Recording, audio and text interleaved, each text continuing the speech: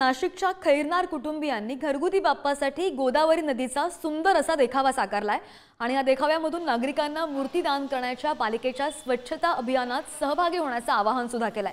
आढावा घेतलाय आमचे प्रतिनिधी किरण ताजणे यांनी। पाहूया। सार्वजनिक गणेश मंडळांच्या वतीने जसे देखावे सादर केले जातात, साकारले जातात, अगदी तशाच स्वरूपाचे देखावे घरगुती बाप्पाला देखील केले जात आहेत।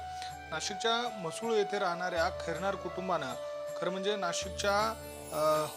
नाशिकची जी ओळख आहे, दक्षिण गंगा म्हणून जी गोदावरी नदीची ओळख आहे आणि त्यासोबतच असलेला जो रामकुंड परिसर आहे, ज्या ठिकाणी दर 12 वर्षांनी कुंभमेळा भरतो, अशा स्वरूपाचा देखावा या ठिकाणी साकारण्यात आलेला आहे।